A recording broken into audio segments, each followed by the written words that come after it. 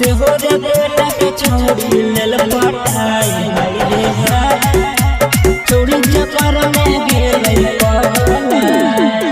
बड़ा रे जतनवा से बेटा के पोसलियै हाय रे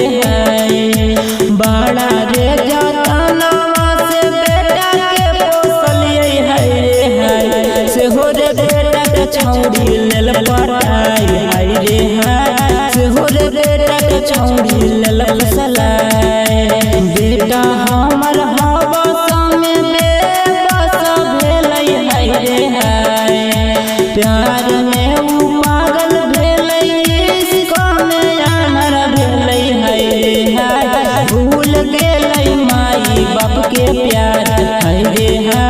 छौड़ी चक्कर में गेलै पगला से हो रे बेटा के छौड़ी लेल पटाई हाय रे भूल गेलै माई बाप के प्यार हाय रे छौड़ी चक्कर में गेलै पगला तनिको से ओरा पोस के हम कैली ऐसा यान रे छौड़ी चक्कर में बेटा हमरा कर देलकै जियान रे तनिको से ओरा पोस के हम कैली ऐसा यान रे छौड़ी चक्कर में हमारा बेटा कर देलकै जियान रे कर्जा लेके ओकरा के शहर में पढ़लियै हाय रे